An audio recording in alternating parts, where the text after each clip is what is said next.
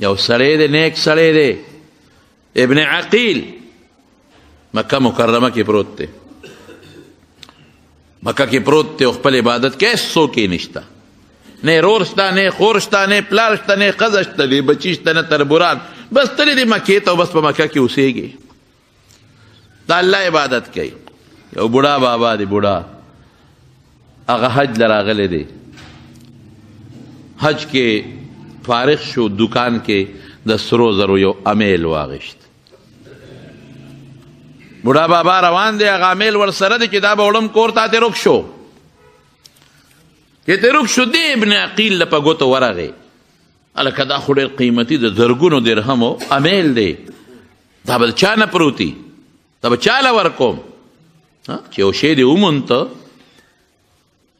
او په لاره ځې په بل ځای د هغې قانون دا د اعلان به کې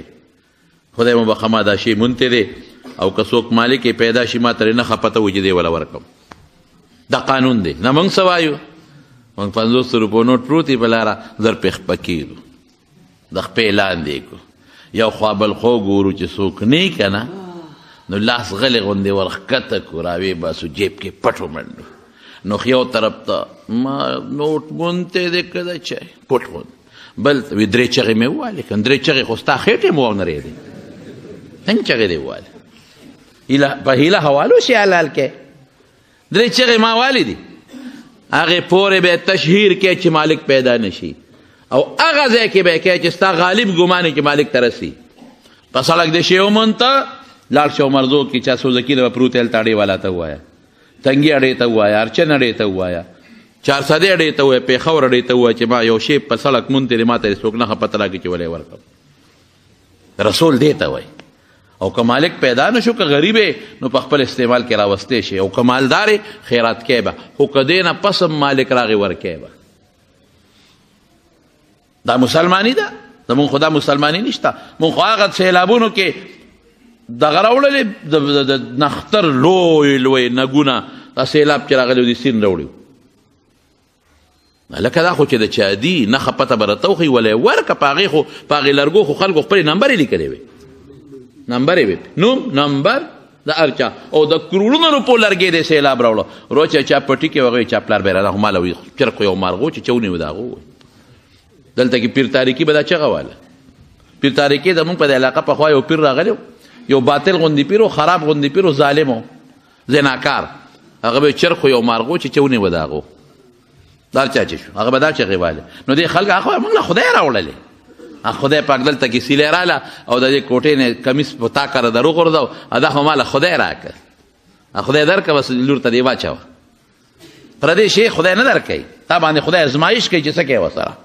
ټول لرګي خلق ووال غونډې خلک غریبانان به راتلل په دې ګرځېدل به زمانه لرګي وړی دی دی نمبر هم درته ښیم دا نوم پې لیکلی شوی دی خلکو یې نشته نشته نشته ویې وایي ای مسلمانانو موږ د رسول الله مبارک امتیان یو که موږ د پیغمبر په طریقه عمل وکړو سر هم پکې وردن نه که خو ډېره ښه ده او که د هغې نه هم سر بار که نو بس خدای دې فضل بیا کوي نو ګرانه ده نو ابن عقیل دا شی ومونته خدای دا خو چا نه به پروتي حاجي صاحب راغلی دی دا به چا ته رسوم دیم په دې سوچ کې دی یو بوډا بابا دی غریب کونټۍ سره ټک ټک کوي یا خدای مو بخه ما نه یو میل پروت دی او رسید یې را سره دی پلانکي دکان نه اغوښتی دی دومره تولې دی دا نمونه دی خدای مو بخه که چا سره یې مال یې راکړې او بوډا ډېر پریشانه دی یا خدای مو بخه دا خو زما یو لور ده یو زیم یو مې دا لور ده نه د هغې څوک شته او نه زما څوک شته لورې به مې چرګې خرڅولې او د چرګو هګۍ به خرڅولې او خلکو سره په کوڅو کې خدمتونه کړي دي او لږې پیسې جمع کړي دي او خدای مو بخه زما هغه لور د قرآن استاذه ده خپلو شاګردانو ولر لږې 2 روپۍ راوړي دي هغې جمع کړې وې د چرګو هګۍ او دا څیزونه یې جمع کړل او زه راتلم بابا حج لري او مقتدیانو داخله کړې ده بابا دا پیسې مې په لږه لږه جمع کړي دي څه شاګردانو څه د چرګو هګۍ چرګان خرڅ کړي دي دا به یو څه ماله به په یوه میل راوړي خدای مو بخه چې زه لاړ شم هغه لور به زما ته نیغه نیغه ګوري چې بابا مې د حج راغې ماله به امیل راوړي امیل رک شوی دی که چا سره یې مهرباني وکړي مال خپل امیل راکړي ابن عقیل وایي چې دا چغې مې د دې بابا اورې زړه مې درد وکړ. بابا ستا میل دی در کوم، ستا میل دی او دا داسې ستا لور غریبه بې کسه. بابا له پاسېدم، بابا امیل څنګه و دا نښه څه وه دا پلانکي دوکان نه؟ ها بابا دا میل دی واله دا د ما مونتی دی دا واخله. اوس که بل سړی وی او امیل یې مونتی وی خدای شته که چې په عمر کې ته چا لیدلی همدغه به یې وی چې چرخ یو مارغو چې ونیو د هغو امیل دی ماله خدای راکړه نه چې ماله خدای راکړو چې بل له ولې ورکړم. بابا دی دا لور دی او بچې یو ځای یو مې لور ده هغه خلکو ته سبق ښیي د قرآن شریف او شاګردانو بوله 2-2 روپۍ راوړي ځان سره جمع کړي، چرګې به ساتلې هغه پیسې جمع کړي، چا خیر خیرات راوړي دي. حج له راتلم وی دا واله ماله پې میل بچې تا دې خدای خوشحاله کړي 500 روپۍ راویسې دا ستا انعام شو. نه بابا ما دا د خدای دپاره درکړه دی، د په دې انعامونه نه غواړم، دا خو ماله الله راکه اوس دا دې دپاره چې تاله یې درکم، دا خو زما نو ماله څه انعام راکې زه بابا خو لا اوس امانت کې چې خیانت ونه کړي اوس نتیجې ته ګوره. ابن عقیل وی ډېره موده به تېره کړه، اخر کې مړه کې فیصله وکړه چې یاره زما او دا خپل وطن ته به لاړ شم، څوک خو مې شته نه، خو د زړې کوڅې خو به ووینم، د پلار د نیکه قبرونه خو به ووینم. رالم جدې ته، جده کې کشتی ته وختم انګوټ ته، کشتی روانه شوه، په کشتی طوفان راغی، طوفان راغی کشتی دړې وړې کړه، په یو تخته پورې ځون ختم، څوک په یو تخته څوک په بلې پورې، تخته و بوله چپې ورکوي یو جزیرې ته ورسېدو، هلته تېکو شوم. ما ته پته نشته چې دا کومه جزیره ده او دلته څوک دی او زما وطن کوم ځای دی. چې هلته کو شوم مسافر هم لاړم، هغې کې یو کلی و، په هغه کلي کې یو جومات ته ننوتم. خلکو ته مې قصه وکړه چې دقه چل وشو، هغې مې قدر وکړه مسافر دی، هغه جومات کې ناست یم او امام نشته وي مخکې کېږي نه لکه ګیله دې خشته غوندې پرېښې ده څه درځي که نه ولې نه راځي مکې نه رالم مخکې یې کړم مونځ مې وکړه ماشومان به راتل چاته الف زبر او با زبر با هغوی خوښ شوم. هلکه که څوک دی نه هېڅوک نشته، خپل وطن ته تلم دقسې کشتی ماته شو دلته راورسېدم، وی زمونږ به د امام کو دلته که ماشومانو ته به سبقونه ښیي، تنخواه به دله مقرر کړو، ډوډۍ به هم دې موشي، جامې به دې موشي. مې ډېره ښه خبره جومات کې امام شو. ابن عقیل وایي ډوډۍ هم میلاویږي، چای هم میلاویږي، جامې هم میلاویږي، ماشومان راځي سبقونه ښیم، ثواب هم میلاویږي، دین او دنیا دواړه خدای ښه کړل. یو ورځ راته دې مقتدیانو وي چې دلته یو جینۍ ده ډېره زیاته نیکه ده، ډېره صالحه ده، او زمونږ د مشر ستا نه مخکې چې دلته کوم استاد وفات شوی د هغه لور ده،